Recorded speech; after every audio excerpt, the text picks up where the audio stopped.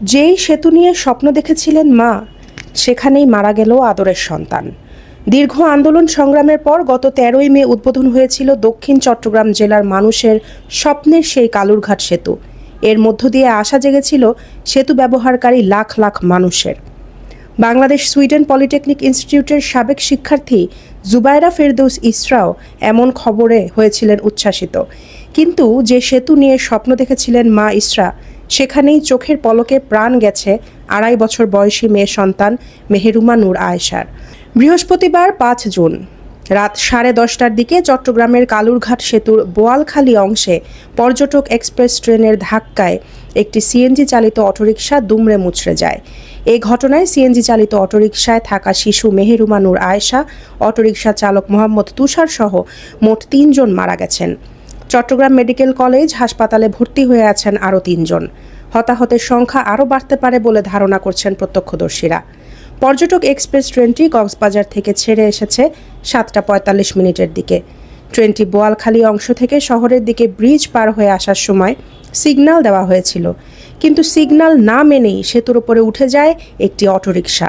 দ্রুতগতিতে আসা ওই ট্রেনের সঙ্গে তখন সংঘর্ষ হয়।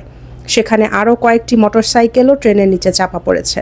নিহত আয়েশা চট্টগ্রামের বেসরকারি চাকরিজীবী মোহাম্মদ সাজ্জাদুর নূরের মেয়ে, আর সিএনজি চালিত অটোরিকশার চালক মোহাম্মদ তুষার বোয়ালখালী উপজেলার বাংলাপাড়ার মোহাম্মদ আবুল মনসুরের একমাত্র ছেলে। নিহত আরেকজনের পরিচয় এখনও পাওয়া যায়নি। জানা যায় 2022 সালের 21 জানুয়ারি বিবাহ বন্ধনে আবদ্ধ হয়েছিল মোহাম্মদ সাজ্জাদুর নূর ও জুবাইরা ফেরদৌস ইসরা। তাদের ঘর আলোকিত করে পৃথিবীতে আসে মেহেরুমা নূর আয়েশা।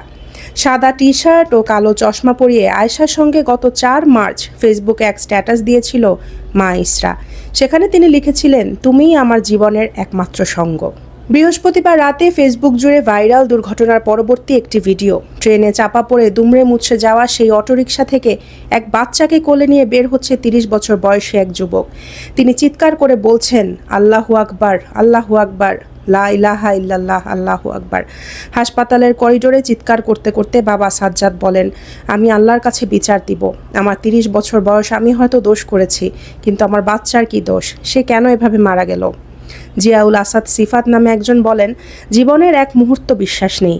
আজ আরাফাতের দিনে সবার জন্য নাম ধরে দোয়া করেছিলাম, কিন্তু খবর পেলাম আমার প্রাইমারি স্কুলের বন্ধু জুবাইরা ফেরদৌস ইসরার মেয়ে মেহেরুমা নূর আয়েশা কালুরঘাটে সড়ক দুর্ঘটনায় মারা গেছে। কথা দিয়েছিলাম দেখা হলে ঈদের সালামি দিব, কিন্তু সেটা আর দেয়া হলো না।